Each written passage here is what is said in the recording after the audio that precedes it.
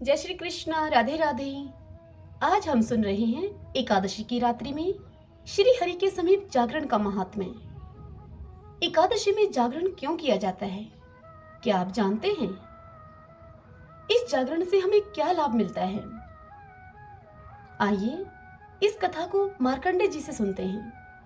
इस विषय में बताते हुए मार्कंडे जी कहते हैं कि जिन्होंने पिता की आज्ञा से समस्त राज्य को वस्त्र में लगे हुए तिनके के समान त्याग दिया और अनुपम धर्म का ही संबल लेकर भयंकर वन को प्रस्थान किया, मुझे वनवास दे दिया गया। यह समाचार सुनकर बलवान होते हुए भी जिनके मन में क्रोध आदि विकार उत्पन्न नहीं हुए, वे विभीषण की पीड़ा दूर करने वाले श्री राम नाम से प्रसिद्ध भगवान विष्णु आप लोगों की रक्षा करें। मार्कंडे जी इस कथा को सुनाते हुए कहते हैं कि एक समय की बात है, सब धर्मों के ज्ञाता, वेद और शास्त्रों के अर्थ ज्ञान में पारंगत, सबके हृदय में रमण करने वाले श्री विष्णु के तत्व को जानने वाले तथा भगवत प्राण प्रहलाद जी जब सुख पूर्वक बैठे हुए थे, उस समय उनके समीप सब धर्म का पालन करने वाले महर्षि कुछ पूछने के लिए आए। वे महर्षि बोले कि हे प्रहलाद जी, आप कोई ऐसा साधन बतलाइए जिससे ज्ञान, ध्यान और इंद्रिय निग्रह के बिना ही अनायास भगवान विष्णु का परम पद प्राप्त हो जाता है। ऋषियों के ऐसा कहने पर संपूर्ण लोगों के हित के लिए उदत रहने वाले विष्णु भगत महाभाग प्रहलाद जी ने समस्त ऋषियों से संक्षेप से इस प्रकार कहा। वह बोले कि हे महर्षियों, जो 18 पुराणों का सार से भी सारतर तत्व है, जिसे कार्तिकेय जी के पूछने पर भगवान शंकर ने उन्हें बताया था, उसका मैं आपसे वर्णन करता हूँ, सुनिए। महादेव जी कार्तिकेय जी से बोले कि जो कली में एकादशी की रात में जागरण करते समय वैष्णव शास्त्र का पाठ करता है, उसके कोटि जन्मों के किए हुए 4 प्रकार के पाप नष्ट हो जाते हैं। जो एकादशी के दिन वैष्णव शास्त्र का उपदेश करता है, उसे मेरा भगत जानना चाहिए। जिसे एकादशी के जागरण में निद्रा नहीं आती और जो उत्साह से भरकर नाचता एवं गाता है, वह मेरा विशेष भक्त है। मैं उसे उत्तम ज्ञान देता हूँ और भगवान विष्णु मोक्ष प्रदान करते हैं। अतः मेरे भक्त को विशेष रूप से जागरण करना चाहिए। जो भगवान विष्णु से वैर करते हैं, उन्हें पाखंडी जानना चाहिए। जो एकादशी को जागरण करते हैं और गाते हैं, उन्हें आधे निमेष में अग्निष्टोम तथा अतिरात्र यज्ञ के समान फल प्राप्त होता है। जो रात्रि जागरण में बारंबार भगवान विष्णु के मुखारविंद का दर्शन करते हैं, उनको भी वही फल प्राप्त होता है। जो मानव द्वादशी तिथि को भगवान विष्णु के समक्ष जागरण करते हैं, वे मनुष्य यमराज के पास से मुक्त हो जाते हैं। जो द्वादशी को जागरण करते समय गीता शास्त्र से मनोविनोद करते हैं, वे भी यमराज के बंधन से मुक्त हो जाते हैं। जो प्राण त्याग हो जाने पर भी द्वादशी का जागरण नहीं छोड़ते, वे धन्य और पुण्य आत्मा हैं। जिनके वंश के लोग एकादशी की रात में जागरण करते हैं, वे ही धन्य हैं। जिन्होंने एकादशी को जागरण किया है, उन्होंने यज्ञ, दान, गया श्राद्ध और नित्य प्रयाग स्नान कर लिया है। उन्हें सन्यासियों का पुण्य भी मिल गया है और उनके द्वारा इष्टापूर्त कर्म का भी भली भांति पालन हो गया है। हे षडानन, भगवान विष्णु के भक्त जागरण के सहित एकादशी व्रत करते हैं, इसलिए वे मुझे सदा ही विशेष प्रिय हैं। जिसने वर्धनी एकादशी की रात में जागरण किया है, वर्धनी के विषय में मैंने आपको पिछले वीडियो में बताया है, वर्धनी एकादशी क्या होती है।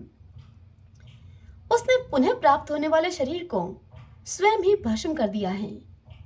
जिसने त्रिस्पर्शा एकादशी की रात में जागरण किया है, त्रिस्पर्शा से यहाँ अभिप्राय है एकादशी 3 तिथियों से स्पर्श करती हुई हो, दसवीं भी हो, एकादशी भी हो और द्वादशी का भी थोड़ा सा स्पर्श हो रहा हो, उसे त्रिस्पर्शा कहते हैं और यह एकादशी बहुत ही पुण्यमयी होती है। आइए अब कथा की ओर बढ़ते हैं। जिसने त्रिस्पर्शा एकादशी को रात में जागरण किया है, वह भगवान विष्णु के स्वरूप में लीन हो जाता है। जिसने हरिपोधनी एकादशी की रात में जागरण किया है, उसके स्थूल सूक्ष्म सभी पाप नष्ट हो जाते हैं। जो द्वादशी की रात में जागरण तथा ताल स्वर के साथ संगीत का आयोजन करता है उसे महान पुण्य की प्राप्ति होती है।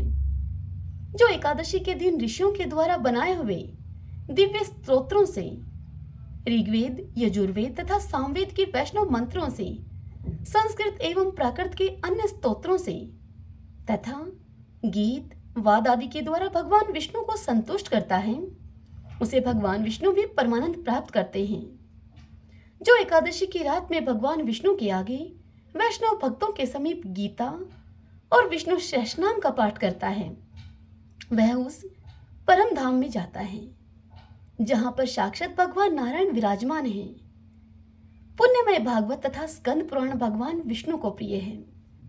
मथुरा और ब्रज में भगवान विष्णु के बाल चरित्र का जो वर्णन किया गया है उसे जो एकादशी की रात में भगवान केशव का पूजन करके पढ़ता है उसका पुण्य कितना है यह तो मैं भी नहीं जानता। यह बात प्रहलाद जी ऋषियों से कह रहे हैं। आगे कहते हैं प्रहलाद जी कि कदाचित भगवान विष्णु जानते हों, ऐसा हो सकता है। हे बेटा, भगवान के समीप गीत, नृत्य तथा स्तोत्र पाठ आदि से जो फल होता है वही कली के श्री हरि के समीप जागरण करते समय विष्णु सहस्रनाम, गीता तथा श्रीमद् भागवत का पाठ करने से सहस्त्र गुना होकर मिलता है। जो श्री हरि के समीप जागरण करते समय रात में दीपक जलाता है उसका पुण्य 100 कल्पों में भी नष्ट नहीं होता है। जो जागरण काल में मंजरी सहित तुलसी दल से भक्ति पूर्वक श्रीहरि का पूजन करता है उसका पुनः इस संसार में जन्म नहीं होता है। स्नान, चंदन, लेप, धूप, दीप, नैवेद्य तथा तांबूल यह सब जागरण काल में भगवान को समर्पित किया जाए तो उससे अक्षय पुण्य होता है।